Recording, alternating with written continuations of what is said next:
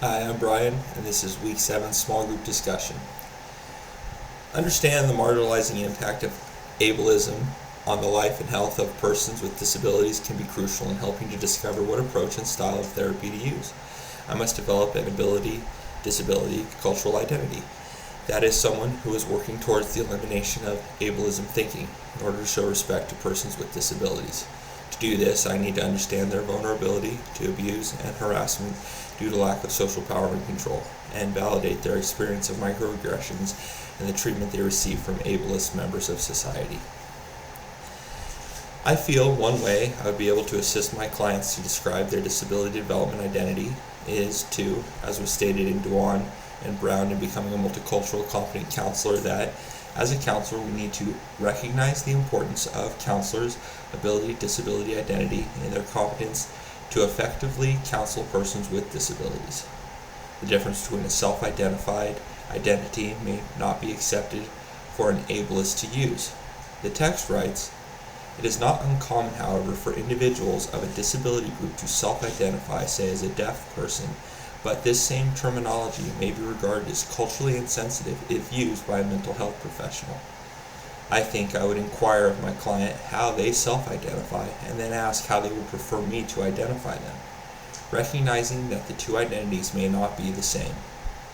Additionally, it is important to recognize that the client's disability is simply one part of his or her identity. Microaggressions can occur just in not recognizing a disabled person's identity.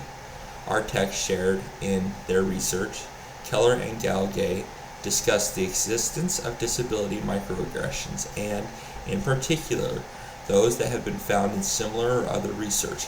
Denial of identity,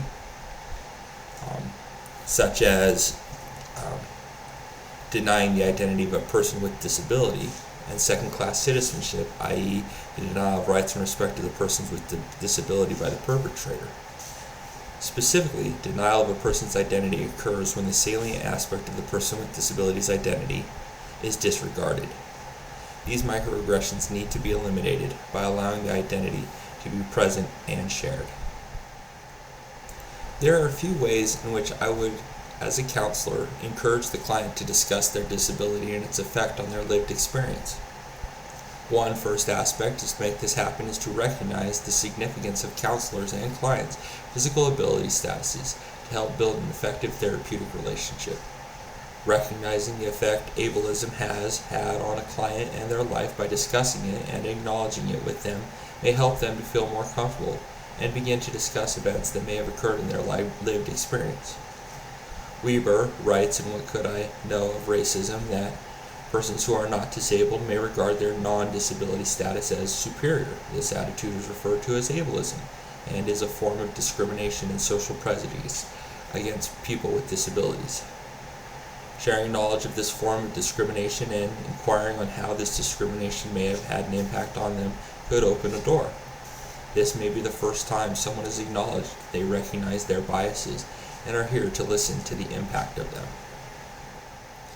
The role that my identity can play as I counsel a person with disabilities can be that of a listener as a potential perpetrator of harm in their life. This harm may have come unintentional, but that does not dismiss the impact it may have had on their life, potentially both mentally and physically. It is also important for me to conceptualize clients' concerns and understand their physical ability experiences, even if they did not come to counseling to address those experiences. It is possible that they did not come into counseling to discuss the disability, but rather other issues in their life. While I should focus on the reason they came in, it is also important for me to try to explore if the disability does have any role to play in the presenting reason for them coming into counseling. Understanding that element might be a factor without limiting my scope of other factors is important, and the role of me as a counselor is to consider all the elements, even if the client may not want me to consider their disability. It is important to explore ways to help clients navigate reported challenges as they relate to their physical disabilities. One way to do this is by, as Dewan and Brown write in the book, be sensitive to the physical ability relevance of psychological interventions that counselors plan and or deliver. If they are presenting with depression due to being in a wheelchair and not being able to go out as much, it could be cruel to suggest that the way to fix that is to buy an off-road wheelchair and start exploring trails.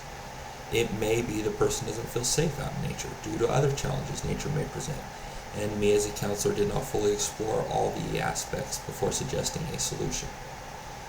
Ultimately, as a counselor, I think it is important to ask and guide the client to a solution they feel comfortable with, rather than one I think is best. If explored thoroughly and enough questions are asked, the client will be able to discover what is appropriate. My name is Brian, and this was my Week 7 discussion.